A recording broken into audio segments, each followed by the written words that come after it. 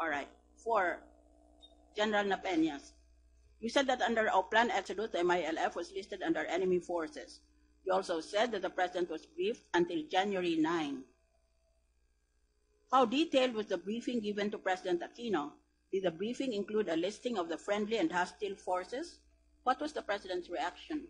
Sinabi mo ba na magiging kalaban ng SAF, ang MILF at ang BIFF, na si Presidente pa naman napaka-strong, passionate advocate of the Bangsamoro Basic Law?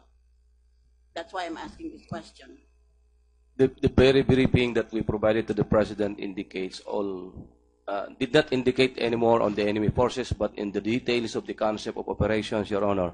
However, we put the MILF under the enemy forces, knowing the actual and the realities in the ground, wherein when they see forces or our friendly forces, they go there, the reaction is more of the situation that tactical, the MILF would really react, and that's what we prepared for, Your Honor.